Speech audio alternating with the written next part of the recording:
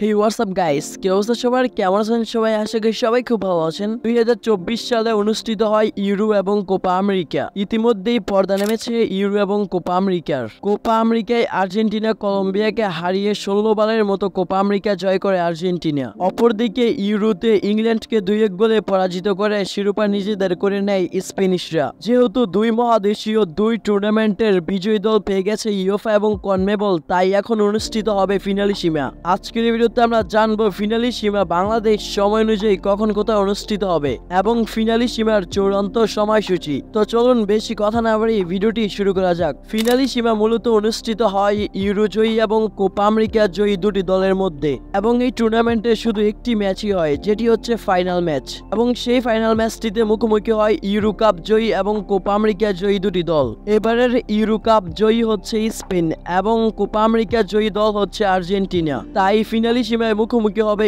Spain এবং Argentina. UEFA এবং কনমেবলের rule অনুযায়ী ফিনালিসিমা মূলত অনুষ্ঠিত হয় ইউরো এবং কোপা আমেরিকার শেষ হওয়ার 1 বছর পর। যেহেতু ইউরো এবং কোপা আমেরিকা শেষ হয়েছে 2024 সালের 15 জুলাই, তাই ফিনালিসিমা অনুষ্ঠিত হবে 2025 সালে। তবে ফিনালিসিমার চূড়ান্ত সময়সূচি এখনো প্রকাশ করেনি ইউফা এবং কনমেবল। তবে কোপা আমেরিকা এবং ইউরো যেহেতু 2024 সালের জুলাই মাসের 15 তারিখে শেষ হয়েছে, তাই ফিনালিসিমা অনুষ্ঠিত হবে 2025 সালের জুন অথবা জুলাই মাসে। 2025 সালের জুন অথবা জুলাই মাসেই মুখোমুখি হবে আর্জেন্টিনা এবং Spain. By the way guys, আপনার কি মনে হয় 2025 সালের ফিনালিসিমা কে উইন হবে, আর্জেন্টিনা নাকি স্পেন? তা জানিয়ে দিন কমেন্ট বক্সে। এবং আজকের মতো এখানেই, ততক্ষণ পর্যন্ত আপনার সকলে ভালো থাকবেন, সুস্থ থাকবেন। টেক কেয়ার, আল্লাহ হাফেজ গাইস।